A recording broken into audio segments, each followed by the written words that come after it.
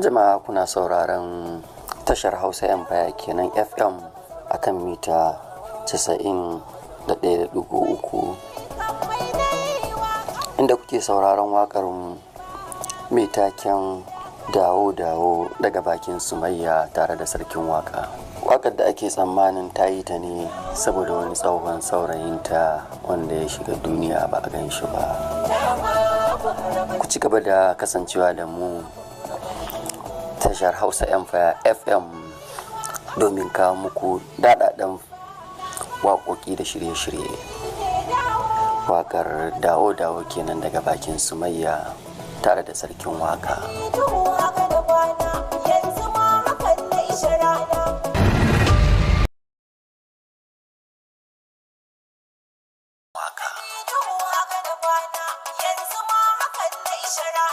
Damuwa ta damu da ganina, gashi tare